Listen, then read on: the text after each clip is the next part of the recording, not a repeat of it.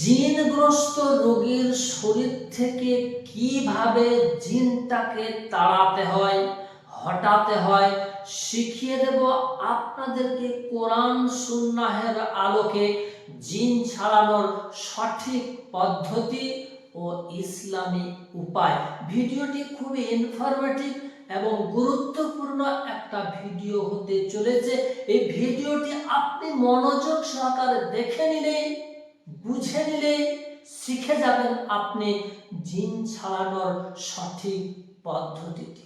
ইউটিউবে আপনারা বিভিন্ন জনের বিভিন্ন রকমের ভিডিও দেখে থাকবেন, কিন্তু সঠিক উপায় কোরআন সুন্নাহের আলোকে যে পদ্ধতি রয়েছে এই পদ্ধতি আপনাদেরকে কেউ শেখাবে না। এজন্যই আমি মনে করি এই পদ্ধতিটি অবলম্বন করলে আপনি অনায়াসে চুটকি দিয়ে জিনকে খুব সহজেই রোগীর শরীর থেকে তাড়িয়ে দিতে পারবেন। চলুন সেই ইসলামী উপায় এবং পদ্ধতিগুলো স্টেপ টু স্টেপ একটা একটা করে পানির মতো সহজ করে আপনাদেরকে বুঝিয়ে দিচ্ছি। চলুন মূল বিষয়ের দিকে এগিয়ে যাই। আমি হারুন রশিদ, আপনারা দেখছেন হানাফি কেল্লা মিডিয়া। প্রথমেই আমরা জেনে নেব জিনটা আসলে কি। জিন হচ্ছে আল্লাহ পাক রব্বুল আলামিনের সৃষ্টি, লুকায়িত একটা মাখলুক। মানুষ এরা চোখে দেখতে পায় না। মানুষের নিকটে জিনেরা অন্য সুরত ধরে আসে, কিন্তু অরিজিনাল রূপে মানুষের কাছে এরা আসে না। মনে রাখবেন, জিনের চিকিৎসা করা মানে কিন্তু অরিজিনাল আগুন নিয়ে খেলা করা, কারণ জিন জাতিটাই হচ্ছে সৃষ্টি আগুন থেকে। চলুন এবার প্রথমে আমরা জেনে নেব যে রোগীটা আপনি চিকিৎসা তদবির করবেন ওই রোগীটা সত্যি সত্যি জিনে আক্রান্ত কিনা এটা পরীক্ষা করার উপায়টি আমরা প্রথমে জেনে নেব। নাম্বার 1, ওই রোগীটির কানের গোড়ায় আপনি জোরে জোরে উচ্চ আওয়াজে আজান দিতে আরম্ভ করুন।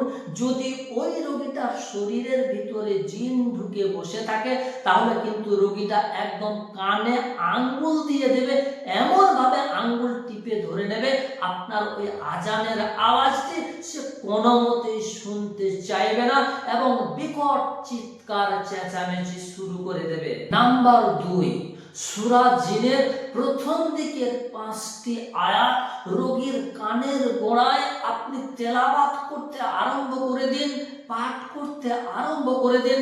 দেখবেন ওই রোগীটার শরীরের ভিতরে যদি জিন থাকে আপনার দিকে মোটা মোটা চোখ বার করে তাকাবে, আপনার উপরে ভীষণ কিন্তু রাগান্বিত হয়ে যাবে এবং কথা বলতে শুরু করে দেবে। নাম্বার 3, ছোট্ট একটা পাথরের টুকরো অথবা এক খণ্ড মাটির টুকরো হাতে নিয়ে সম্পূর্ণ সূরা মুজাম্মিল 1টি বার পাঠ করে ওটার উপরে ফু দিয়ে আপনি রোগীর ডান হাতে ধরিয়ে দিয়ে রোগীকে আপনি কিছুক্ষণ মুঠি বন্ধ করে রাখতে বলুন এবং চোখ বন্ধ করে রাখতে বলুন।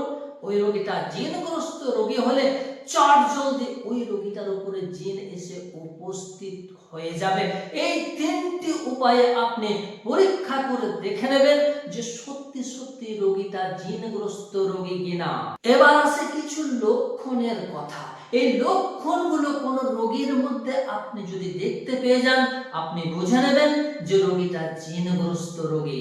নাম্বার 1, রোগীর ভিতরে জিন ঢুকে গেলে সে অকথ্য ভাষায় গালিগালাজ করতে আরম্ভ করে দেবে। নাম্বার 2, রোগীর যেটা মাতৃভাষা আর অন্যান্য যে ভাষাগুলো রোগী জানে না, হঠাৎ যদি অন্য কোনো ভাষায় কথা বলতে আরম্ভ করে দেন আপনি বুঝে নেবেন রোগীটার ভিতরে জিন ঢুকে রয়েছে। নাম্বার 3, হঠাৎ ভর হয়ে গিয়ে চিৎকার চেঁচামেচি, মোটা মোটা চোখ বার করে তাকাতাকি, গালিগালাজ, হাম্বে তাম্বে মারামারি যদি আরম্ভ করে দেয়, আপনি বুঝে নেবেন রোগীটার শরীরের ভিতরে জিন ঢুকে রয়েছে।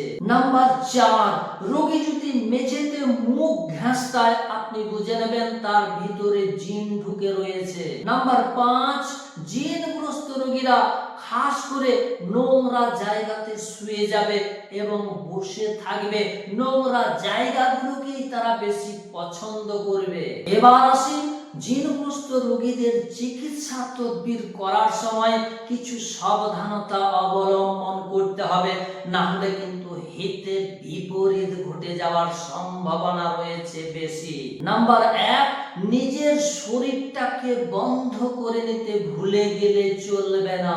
নাম্বার 2, জিনগ্রস্ত রোগীদের যখন আপনি চিকিৎসা তদবির করবেন, তখন আপনি রোগীর থেকে একটু দূরত্ব বজায় রেখে চিকিৎসা তদবির করবেন, না হলে কিন্তু ওই রোগীটা আপনাকে কিল ঘুষি লাগিয়ে দিতে পারে। এজন্যই রোগীর থেকে একটু দূরত্ব বজায় রেখে চিকিৎসা তদবির করতে হবে।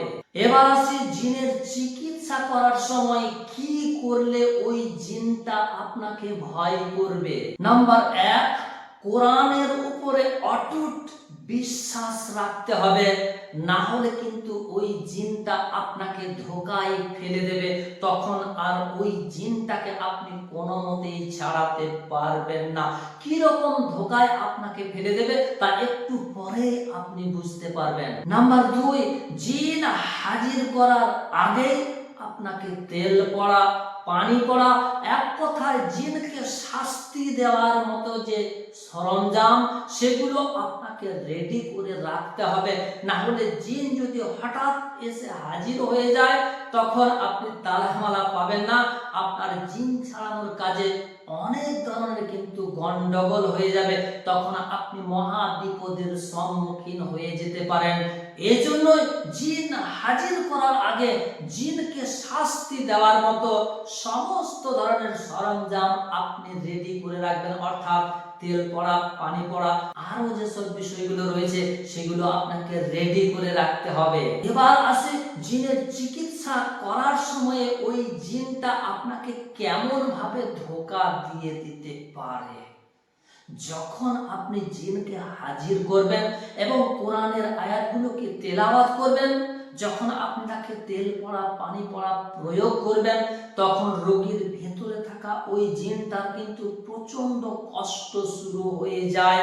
এই কষ্ট সহ্য করেও সে হা হা হা হা করে হাসবে, আপনাকে ধোঁকা দেবে, বলবে তুই যতই কোরআন পড় আমার কিছুই করতে পারবে না। এই ধরনের ধোঁকা আপনাকে সে দিয়ে দেবে। এই ধোঁকায় যদি আপনি পড়ে যান আর যদি নিজেকে নিজে ভাবতে শুরু করে দেন যে আমি এই কোরআনের আয়াতগুলো পড়ছি, তাও কেন আসর হচ্ছে না, জিনটার কেন কষ্ট হচ্ছে না, তাহলে বোধহয় আমার এই তেলাওয়াতে কোনো কাজ হচ্ছে না। এই ধোঁকাতে যদি আপনি পড়ে যান, তাহলে ওই জিনটাকে আপনি কোনো মতে আর হটাতে পারবেন না।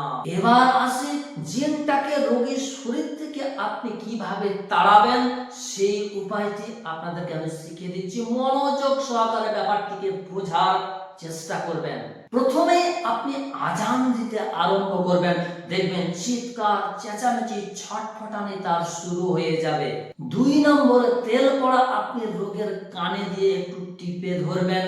3 নম্বরে পানি পড়া রোগীর মুখের মধ্যে আপনি ঝাপটা দেবেন। 4 নম্বর, রোগীর কানের গোড়ায় আপনি সূরা মুমিনুনের শেষের 4টি আয়াত উচ্চ স্বরে তেলাওয়াত করবেন। 5 নম্বর, সূরা জিন সম্পূর্ণ পাঠ করে পানিতে ফু দিয়ে আপনি রোগীটাকে পান করিয়ে দেবেন অথবা মুখে ঝাপটা দেবেন। এবার আসি জিন ছাড়ানোর সময়ে যেগুলো খবরদার করবেন না, না হলে কিন্তু বিপদ ঘটে যেতে পারে। নাম্বার 1, রোগীকে মারধর তথা প্রহার করবেন না, না হলে ওই জিনটার বংশধরেরা কিন্তু আপনার চরম শত্রু হয়ে যাবে। নাম্বার 2, নার্ভের রোগীগুলোকে খবরদার আপনি জিন বলে চালিয়ে দেবেন না। যদি জিন বলে আপনি চালিয়ে দেন, ওই রোগীটা আমার জেকের সেই হয়ে যাবে, পরে তখন আপনার দুর্নাম হবে। এবার যেটা আপনাকে করতেই হবে, নাম্বার 1, কোরআন এবং সুন্নাহ ছাড়া জিন ছাড়ানোর সময়ে অন্য কোনো পন্থা অবলম্বন করবেন না। কোরআন সুন্নাহ ছাড়া জিনেরা কিছুই পরোয়া করে না। এবং জিন হাজির হয়ে যাওয়ার সময়ে খবরদার আপনি ভীত সন্ত্রস্ত হয়ে যাবেন না। ওই জিনের গালিগালাজ, অকথ্য ভাষা, মেজাজ দেখে আপনি ভয় করবেন না। ওই জিনটার সঙ্গে আপনাকে ওর থেকেও বেশি মেজাজ দেখিয়ে কথা বলতে হবে। এবার আসি, জিনটাকে ছাড়িয়ে দেওয়ার পরে ওই রোগীটাকে আপনি কোন তাবিজ দেবেন। সূরা বাকারার 255 নম্বর আয়াত আপনি কাগজে লিখে সেটা রোগীর শরীরে ধারণ করিয়ে দেবেন এবং 4 কুল সহ সূরা ফাতিহা লিখে আপনি রোগীর শরীরে ধারণ করিয়ে দেবেন। এছাড়াও পানি পড়া দেবেন, সম্পূর্ণ সূরা জিন একবার পাঠ করে পানিতে ফু দিয়ে দেবেন, সূরা আবাসা একবার পাঠ করে পানিতে ফু দিয়ে দেবেন। ওই রোগীটাকে ওই পানিটি আপনি পান করতে দেবেন এবং তেলের মধ্যে আপনি সম্পূর্ণ সূরা জিন একবার পাঠ করে ওই তেলটাকে আপনি রোগীকে নিয়মিতভাবে 24 ঘন্টায় 2 বার মাখতে দেবেন। এছাড়াও আপনারা যদি জিন ছাড়ানোর কোর্সে আমার ভর্তি হতে চাইছেন, তাহলে স্ক্রিনের মধ্যে দেওয়া এই নাম্বারে আপনারা যোগাযোগ করে আমার 1 সপ্তাহের যে কোর্স রয়েছে জিন ছাড়ানোর কোর্স, ওই কোর্সে আপনারা ভর্তি হতে পারেন। স্ক্রিনে দেওয়া এই নাম্বারে আপনারা যোগাযোগ করতে পারেন।